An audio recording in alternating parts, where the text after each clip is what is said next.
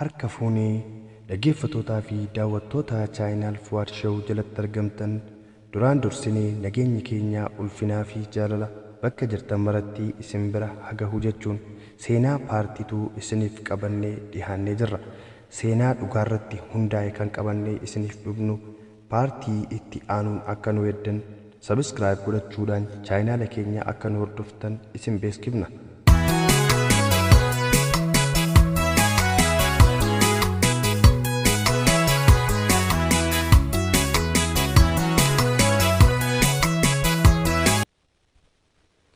Adaadaa tiyyarraa jaalallee naqabe.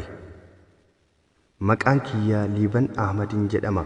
Kanin dhaladhee guddadhee Oromiyaa godina Baalee aanaa Gaskar magaalaa Gaskar jedhamtuttidha. Ijoollummaa kiyyarraa kaasee hamma of barutti magaalaa Gaskar keessatti maatii koo waliin jiraachaa ture. Barumsa kiyya kutaa jahaffaa gaafan xumuru abbaan kiyyaa fi haati tiyya sababa jireenya fooyyeffachuuf biyyaa na baasanii gara biyya ollaatti nuun imalan.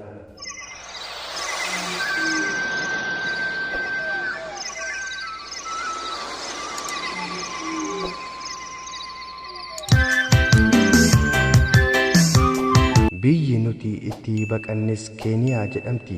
Abbaan haadha tiyyaa akaakayyuu kiyyaa biyya kana keessatti niitii isaa lammaffaa waliin jiraachaa jira. Innis yeroodhaaf akka nuti qubannu haala nuuf mijeessee ture. Waraqaa baqattummaa fudhannee akkuma baqattoota Oromoo biyya kana keessa jiraatan jiraachuu jalqabne. Gaafa biyya turree maatiin keenya baay'ee hiyyeessa turan. Bara nuti biyyaa baanuu akka lakkoofsa addunyaatti bara 2005dha. Horiin abbaa kootii dur qabaachaa ture hunduu sababa hongeedhaaf nu harkaa du'anii turan. Lafti nuti qabaachaa turres gurgurree qarshii isaa lafaan gurgurreen waggaa 2 nu jiraachisee birrii 50,000 harkatti qabannee gaafa biyyaa baanu daangaa irratti poolisoonni nu sossodaachisuudhaan nu doorsisanii nurkaa fudhatan.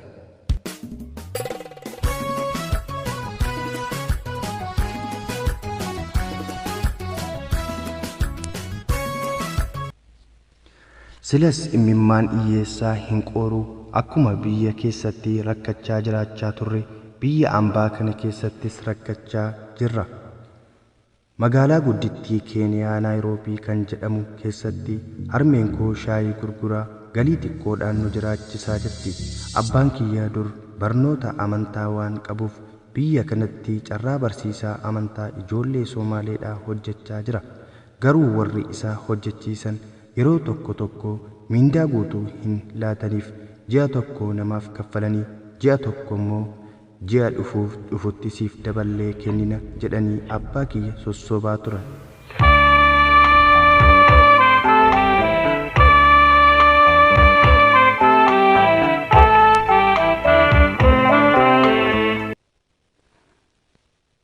Haa ta'u malee akaakayyuun kiyyaa mana huccuu hodhaa fi suphamuu hojjetuuf achitti akkan isa gargaaru na gaafate.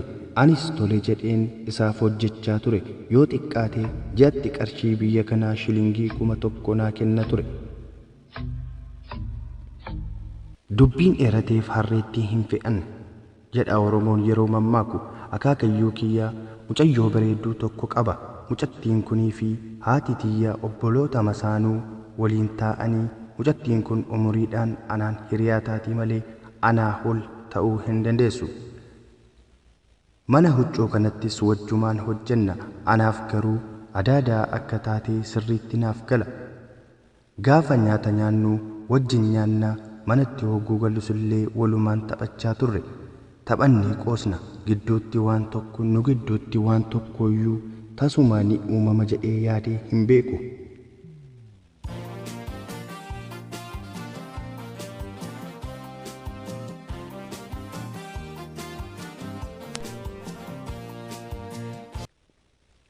Haa ta'u malee yeroo natti maramtee taphattu miira addaatu qaama kiyya keessa natti dhagahama. Dhugaa isiniin jedha fooliin isii baay'ee urgaahaadha. Yeroo tokko beekaa shittoo ofitti naqxee natti dhufti natti fakkaata. Nyaara kuulatti ija isheen gurraachistee dhufti. gaafa waliin hojjennu fuula ishii of babbareechitee dhufti. Yeroo akkas taatee dhuftu ammoo lapheen kiyya keessaa utaalee bahuuf natti fakkaata. Mucattii kanaa ani maqaa isheetiin waamee hin beeku. Adaadee jedheen waama. Yeroo ani adaadee jedheen waamu isiin anni aarti. Lakkii maqaa kiyyaan na waami, adaadii naan hin jedhin. Ani akkuma hiriyaa keetii malee adaadaa keetii miti naan jetti.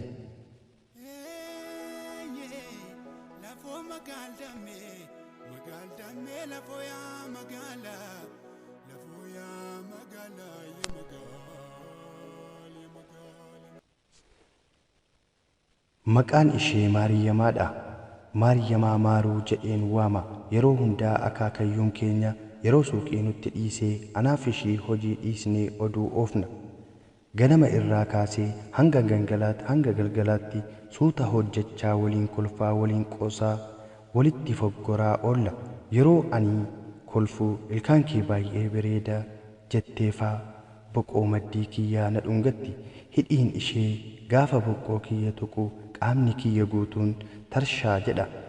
Rifeensi qaama kootii akka gogaa adurreetti natti dhaabbata. Dhugaa namni hin beekne yoo nu argu waan nuti jaalallee walii taanu itti fakkaata.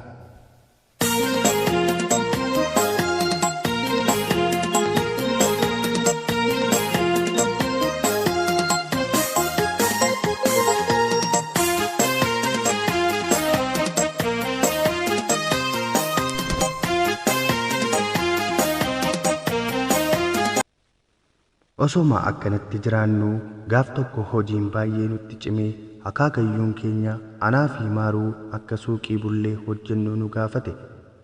Nutis tole jennee bulle. Halkan sana dhugaa dubbachuuf huccuu hedduu wajjin hodhinee booda dhadhabnee rafuuf jennaan firaashii tokko afannee irratti ciisne.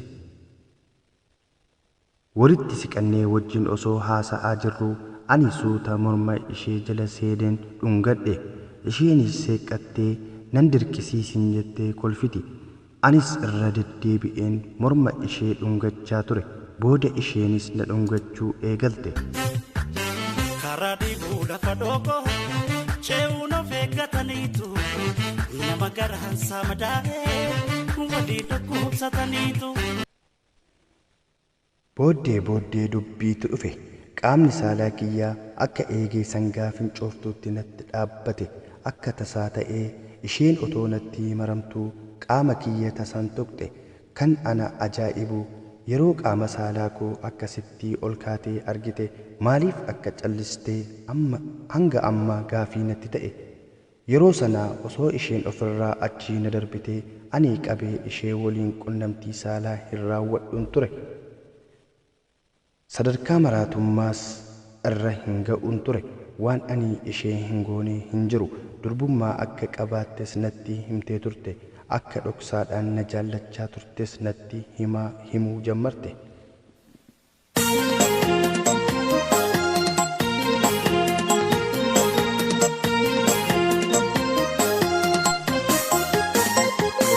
Isheerraa fagaachuu yaalaatiin jira. Hojii sanas dhiisee amma mana nyaataa tokko keessatti qopheessaan jira. Erga anaaf isheen wal argine amma ji'a tokko guutuufi. Yeroo hunda waa'ee ishee otoon yaadin bulee hin beeku. Kaleessa galgala bilbila koo irratti naa bilbiltee akkan dhufee suuqiitti ishee laaluu na gaafatte. Yeroo hunda isheetu na dogoggorsa. Lakkii hin barbaadu osoman jedhu kaleessa wajjin rafeen ture.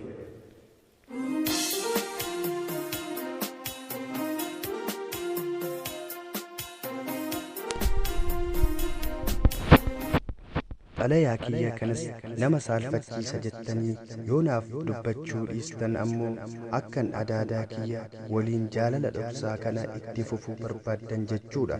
Silas waan safuu cabse haa ta'uyyuu ani gorsa keessan qofan barbaada. Arrabsoo yoo na arrabsitanis naaf gala. Hunda caalaa akkan daandii sirriitti deebi'u koomantii keessan jalatti naaf barreessa. Ani maraataan jira.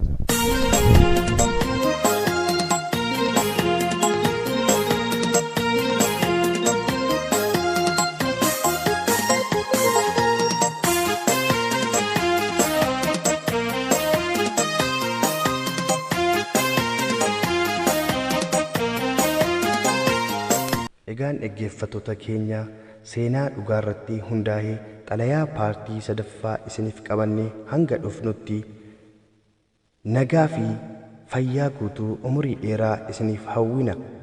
Yaada keessan koomantii jala nuuf kaa'uu hin dagatina.